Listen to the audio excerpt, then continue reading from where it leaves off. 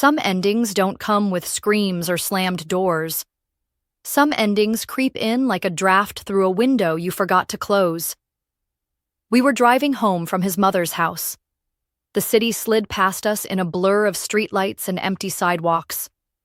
The heater hummed, the radio crackled softly. Background noise we both pretended was enough. His hand shifted on the gear stick, restless. Mine clutched my coat tighter, as if that could shield me from the cold seeping between us. He cleared his throat, the sound barely louder than the engine. "Do you think I'm holding you back?" I blinked at the window, watching our reflections smear across the dark. Was he serious?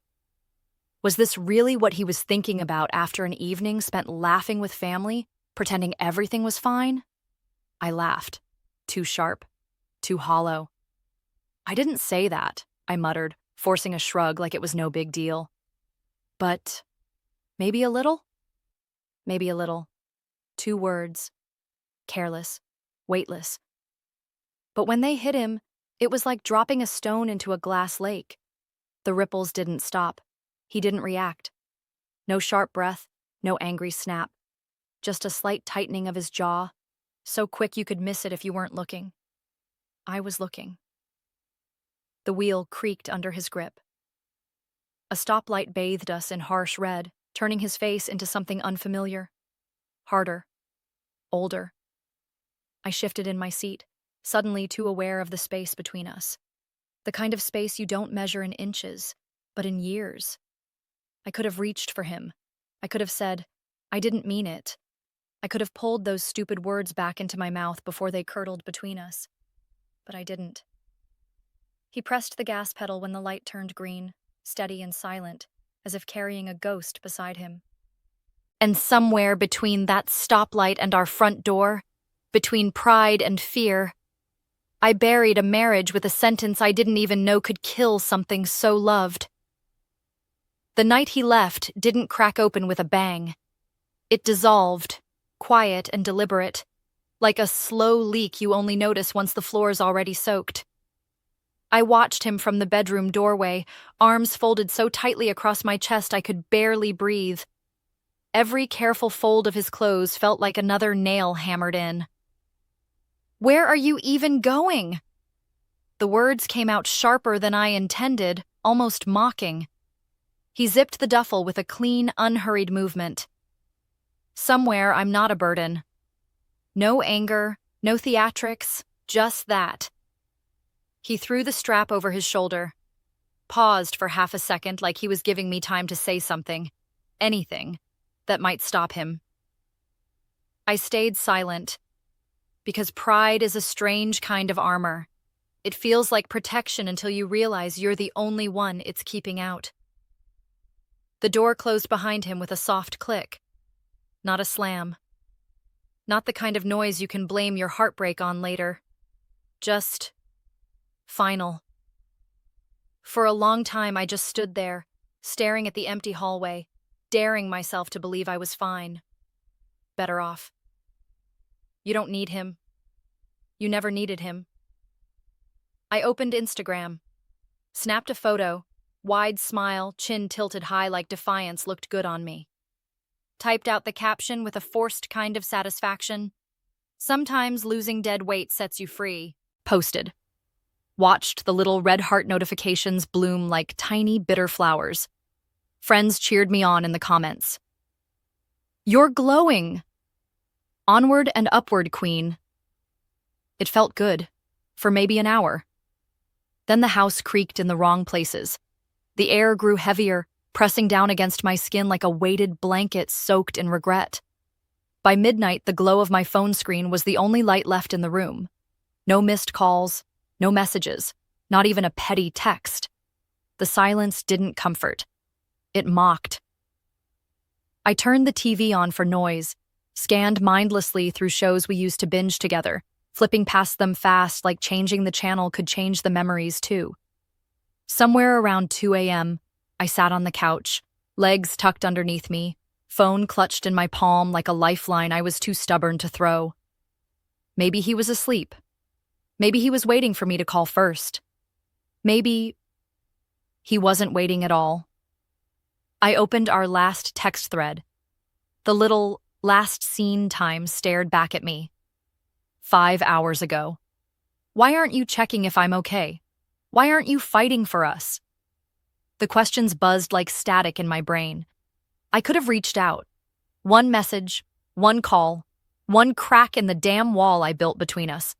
Instead, I locked the phone and set it face down on the coffee table. If he wanted to leave, let him. That's what I told myself, over and over. If he wanted to leave, let him. But as the hours dragged on and the weight of the quiet bore down harder, a different thought wormed its way in. What if he wasn't leaving to hurt me? What if he was leaving to save himself? I shook it off. I wasn't going to be the one begging at the altar of regret. I had my pride. I had my freedom. I had the cold, empty house echoing every heartbeat I tried to ignore. And somewhere, just outside my stubborn silence, Darren was folding into a life where he no longer had to ask if he was enough. A life where he didn't have to wonder whether coming home would mean finding the door still open or already closed. By the third day, the silence stopped feeling like space and started feeling like a wall. I told myself it was good, healthy even. Space meant healing, growth, independence. But every time my phone buzzed, a junk email, a spam call, a discount notification, my heart leapt like it still recognized his footsteps, like it still believed he might come back. I hovered over his contact, thumb trembling, brain racing, one call, one text, just to check. I locked the screen and tossed the phone onto the couch like it had betrayed me for even suggesting it. I wasn't going to be that girl, the desperate one, the weak one. Instead, I did the next worst thing. I scrolled through our old texts. There they were. Lunch plans, dumb memes, goodnight messages, the little I love yous tucked between grocery lists and weekend plans. A breadcrumb trail of a life that somehow felt further away with every swipe. The last message from me was 3 days ago. The last one from him, 4. I told myself he was busy. At work, clearing his head. But even lies lose their sweetness when you have to repeat them too many times. On day 5, I opened the bank app without even thinking. It was just habit by then. Something about seeing numbers neatly stacked on a screen gave me the illusion that my life was still under control. Check balances. Feel like an adult for 2 minutes. The screen loaded slow, spinning longer than usual, and for a second I almost set the phone down. But then it popped up. Checking account, fine. Credit card, high but manageable. Savings account, $322.07. I blinked, thinking maybe I was looking at the wrong account. Refreshed the app. Waited again. Still there. Still $322.07. I scrolled down, fingers stiff, dread building like a drumbeat under my ribs. Transaction history. $6,500 transferred. There was no note, no explanation, no, we'll talk later, or just a heads up. Just gone. My throat went dry. I stared so hard my eyes started to water. But the numbers didn't change. $6,500. Gone in one move. Gone without a conversation. Gone without me. I sat there, phone slipping slightly in my grip, the knot in my stomach pulling tighter with every second. For months he had warned me. Patiently, almost pleading sometimes. Don't touch the savings, Linz. Emergencies only. I used to roll my eyes every time he said it, called him old-fashioned, muttered about how life was meant to be lived, not stockpiled away like winter food by some nervous animal. We're young, I used to argue. We'll make more. He never fought me on it. Just went quiet, the way people do when they realize they're being outshouted, not heard. Now the account was gutted, and I finally understood something that had never even crossed my mind before. Maybe leaving a marriage wasn't the aftermath of an emergency. Maybe it was the emergency. I tossed the phone onto the coffee table harder than I meant to, the crack of it against the wood making me flinch. I leaned back, pressing the heels of my hands against my eyes, as if that could block out the sinking realization. He hadn't just left me. He had planned for it, prepared for it, and I hadn't even seen it coming. Later that night, I sat at the kitchen table, staring at the spot where he used to sit with his laptop, budgeting out every little thing. The ghost of him was still there, the way he used to tap his pen against his notebook, the furrow in his brow when the numbers didn't add up quite right. I had laughed at him then, teased him for worrying too much, for acting like it was all on his shoulders. And maybe it was. Maybe it always had been. The air in the living room thickened until it felt like trying to breathe underwater. My mind spiraled. Was he moving out for good? Setting up somewhere new? Was he planning this the whole time while I was too busy pretending I didn't need him? I called the bank. The woman on the other end was polite, apologetic even. Yes, the transfer was authorized. Yes, it matched his login credentials. No, there was no error to report. Was there anything else she could assist with? I hung up before she finished the sentence, heat crawling up my neck. Somewhere between anger and panic, my pride stirred. Still stubborn, still stupid. He could have at least warned me. He could have said something. But would I have listened? Or would I have laughed it off like every other warning sign? That night, I curled up on the couch, knees tucked against my chest, watching the shadows shift across the walls. The TV played muted commercials, the fridge hummed its tired song, and all I could hear was the sound of my own heartbeat, growing louder, more frantic, as if trying to fill the space he used to occupy. I thought about calling Maya, texting Tyrell, reaching out to anyone who might tell me what to do with this hollow, gnawing feeling. But every time my fingers hovered over the keyboard, the words felt too pathetic to type. He's not answering. He took the money. I think he's really gone. The sentences formed like wet cement in my mind, heavy and irreversible. I could almost hear Darren's voice in the back of my head. You're strong, Linz. You don't need anyone. I used to wear that like armor. Now it sounded a lot like a curse. The house creaked and settled around me. An old ship lost at sea. No direction. No anchor. The silence wasn't empty anymore. It was crowded with every word I never said, every apology I never made, every time I chose being right over being kind.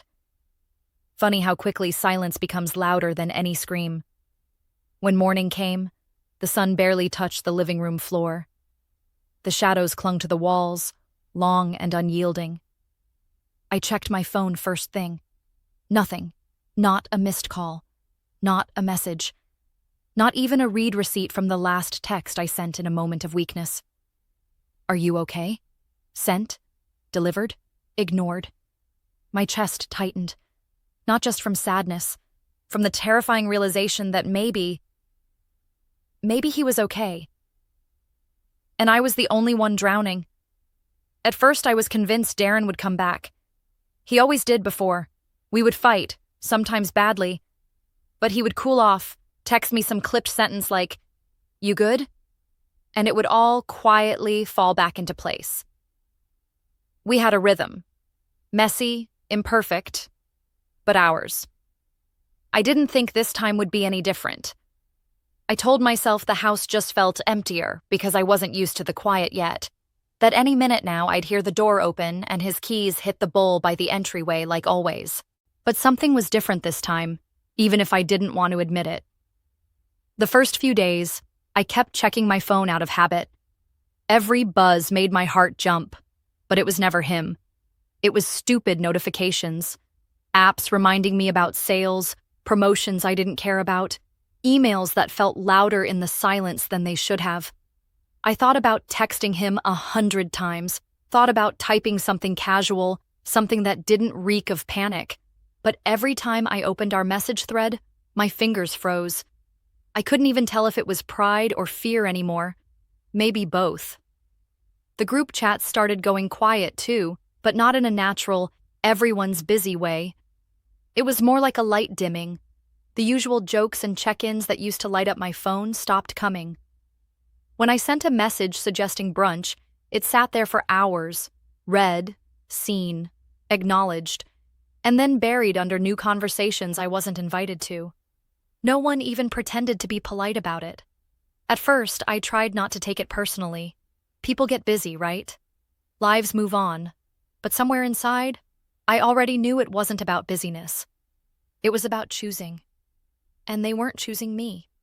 I kept telling myself it was fine until I started seeing it all happen without me. One night, I opened Instagram without thinking. And there they were, our friends. The ones I thought were our friends. At some rooftop party, all of them piled together under fairy lights, glasses raised, cheeks flushed with laughter. Everyone looked like they belonged. Everyone looked happy. There was Tyrell, throwing his head back in laughter. Michelle doing that ridiculous pose she always did when she had one drink too many. Even Maya, arm in arm with two girls I barely recognized. And Darren, in the center of it all, laughing like someone who didn't carry any more weight on his chest, smiling in a way I hadn't seen in months, maybe years, not tired, not tense, just free. I stared at the photo so long my screen dimmed. I blinked, woke up a little, scrolled to the next. It was a short video this time. One of those looping boomerangs of clinking glasses, blurry smiles, people shouting, "Cheers!" I was about to swipe past when I caught a tag. A small, almost hidden tag on the far side of the video. Lena. I didn't even recognize her at first. She had let her hair down, literally. A soft sweater, easy jeans, nothing flashy, just simple and somehow exactly right. She was standing next to Darren, not clinging, not showy, just there, close enough that when their arms bumped, neither of them pulled away. I sat there, feeling something slow and sick pull at my gut. I remembered the jokes I used to make about her. I remembered leaning over to Darren once at a company BBQ, laughing under my breath. "She looks like she still shops in the kids' section." I said it like it was clever, like it made me better. But standing there, laughing quietly with my husband, my ex-husband, she didn't look childish. She looked safe. And he looked home. I closed the app, suddenly feeling too exposed, too stupid. It wasn't just that Darren had left. It was that he had stayed with them, stayed in the life I used to be part of, without even needing me there anymore. Friends who used to call me first weren't calling at all. People who used to invite us everywhere didn't even seem to notice I was missing. It wasn't even betrayal. It was something worse. It was erasure. They didn't choose him over me. They just accepted he was still part of the story, and that my chapter had ended. The first time I saw her, it wasn't some dramatic reveal. It was just a photo, buried in my feed like any other Friday night post. I almost didn't notice it. I wasn't looking for him. Or maybe I was, in that half-conscious way you look for a name in a crowd even when you tell yourself you're fine. It was a group shot at some bar downtown. Familiar faces, familiar smiles. The same circle of friends I used to be part of. Except now they stood closer together, like the missing piece didn't leave a hole. Darren was in the middle, laughing, a glass in his hand. His body leaned slightly, naturally, toward the woman sitting next to him. At first, I didn't recognize her. I had to pinch the screen and zoom in. Soft brown hair, tucked neatly behind her ear. A pale blue cardigan. Simple makeup. Gentle smile. Lena. The quiet girl from his office. The one I used to mock under my breath during company events. I remembered telling Darren once over some overpriced dinner that she looked like someone who still shopped in the juniors section. I said it like a joke, like it was clever. He had just given me a look. A quiet one. I didn't think about it back then. Looking at them now, sitting side by side, I saw a version of Darren I hadn't seen in years. Relaxed. Light. Like he wasn't carrying something heavy anymore. Like he didn't have to. They weren't posing. They weren't clutching at each other for the camera. They were just there, easy and comfortable, in a way that hurt more than I could admit. their bodies angled together in the way people do when they forget they're being watched. I told myself it didn't mean anything. Friends stood close sometimes. It was a crowded bar. But the more I stared, the harder it was to lie to myself. You don't lean into someone like that unless you know you're welcome. You don't laugh that easily unless you're at peace. I tried to brush it off, telling myself it was new, that I still mattered more. But deep down, some part of me already knew I wasn't even in the frame anymore. Later that night, the loneliness clawed deeper.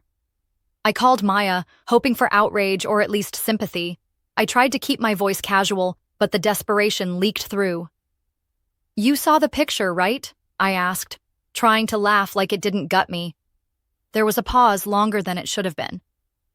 "Yeah, I saw it." "And?"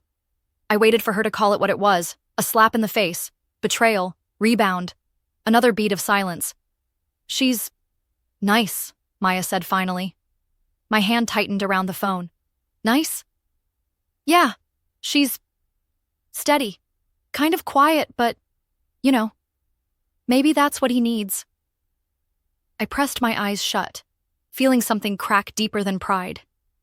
"He needed me too," I whispered, though I wasn't sure anymore if that was true. Maya's voice softened, almost like she was apologizing. "Linz, you didn't make it easy for him." I wanted to argue, to list all the ways I had been there, the ways I had sacrificed, the dreams I had built. But the words stuck. Because for the first time, I wasn't sure if the sacrifices had been for us or for me. After we hung up, I sat in the dim living room scrolling back through old photos. The ones where Darren stood slightly behind me, hand resting lightly on my waist, smiling like he was proud just to be there. I hadn't noticed then how often I had stood just a little in front of him. How often I had laughed a little too loud, posed a little too perfectly, needing the world to see me shining while he stayed steady behind me, unseen. Lena wasn't the kind of woman who needed to shine. She just stayed, quiet, present, and maybe that was enough. Maybe that was everything. The truth was simple and brutal. Darren didn't leave to find someone new. He left because, somewhere along the way, he realized he deserved someone who didn't make him feel like he was losing by standing still. And the woman I laughed at once? She was building the life with him that I had thrown away without even realizing it. Sleep had been optional lately. Most nights, I lay awake staring at the cracks in the ceiling, counting them like that could somehow piece my life back together. Around 2 a.m, in that gray, weightless hour where mistakes feel the loudest, I found myself reaching for my phone. I didn't even know what I was looking for. Maybe I thought he'd posted something reckless, something to prove he missed me. Maybe I just needed to see his name. Almost without thinking, I typed it in. Darren Mitchell. The first result hit harder than any insult or silence ever could. Darren Mitchell, new position announced. My thumb hesitated over the link before opening it. A clean, polished company page loaded, the kind you'd send your proud parents. There he was, suit sharp, smile easy, standing in front of a glass building that screamed success without needing to say it. New company, new city, new start. My stomach twisted so hard I had to set the phone down for a second. I had spent years quietly believing that I was the one carrying us forward, that I was the ambitious one, the driven one, that he was lucky to have someone pushing us towards something better. I never said it outright, but it was always there, tucked between the jokes and sighs and impatient glances. But Darren hadn't just run away from me. He had run toward a life I would have sworn he wasn't capable of building without me. Some betrayals don't feel like betrayals at all. They just feel like someone finally choosing themselves after you convinced them they never could.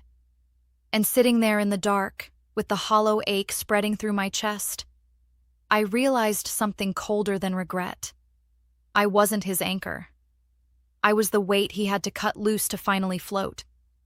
I wasn't even looking for anything important. Just clearing out a week's worth of junk mail, sorting bills from coupons I'd never use. It was a lazy Saturday, the kind where the silence in the house felt heavier than usual, pressing against the windows, settling into the walls. The envelope didn't stand out at first. No stamp, no sender. Just my name written across the front in handwriting I knew better than my own. I almost tossed it. Almost. Instead, I slid a finger under the flap and pulled out a single sheet of paper. It wasn't long. No dramatic goodbye, no list of grievances, just one line. I always wished you happiness, even when we lost our way. I read it once. Twice. The words blurred before I even realized my hands were shaking. No blame, no anger, just the soft kind of truth that sinks in slow and wrecks you worse than any screaming match ever could. He hadn't left out of spite. He hadn't stayed away to punish me. He had loved me. He had simply stopped waiting for me to love him the way he needed. And somewhere between pride and fear, I had ripped it all apart with a single careless sentence I could never take back. The house feels bigger now. Not in the way you hope for when dreaming of new beginnings, but in the way abandoned places feel bigger, louder, emptier, as if even the air has given up filling the rooms properly. Every step echoes too much. Every creak feels like an accusation. I catch myself walking from room to room sometimes, trailing my fingers along the furniture like I'm searching for something I lost. His jacket still hangs behind the door. His mug is still in the dishwasher. Little pieces of him linger, stubborn, as if daring me to pretend he was never here. Sometimes I wonder if he misses me. Sometimes I almost pick up the phone. And sometimes I know better than to even ask. The world didn't end. People kept posting brunch photos and promotions and beach vacations like nothing had shifted. Friends who used to text daily stopped altogether, slipping away so quietly it almost looked natural. Darren moved on too. Not cruelly, not loudly, just completely. I still catch glimpses of him sometimes. Late at night, scrolling when I should be sleeping, I'll stumble onto a tagged photo. Darren, standing beside her. Lena, his hand resting lightly at her waist, the kind of touch that speaks in quiet certainty. The kind of ease he hadn't shown with me in a long time. I don't cry when I see them. That would almost be a relief. Instead, I sit there, screen cold in my hand, staring at the life that kept going without me, thinking about every argument I could have softened, every moment I could have listened instead of laughed, every time he tried to reach me, and every time I made him feel smaller for trying. I used to think Darren abandoned me. I see it differently now. He simply stopped waiting for me to realize he was enough. And by the time I finally did, he had already found someone who knew it all along.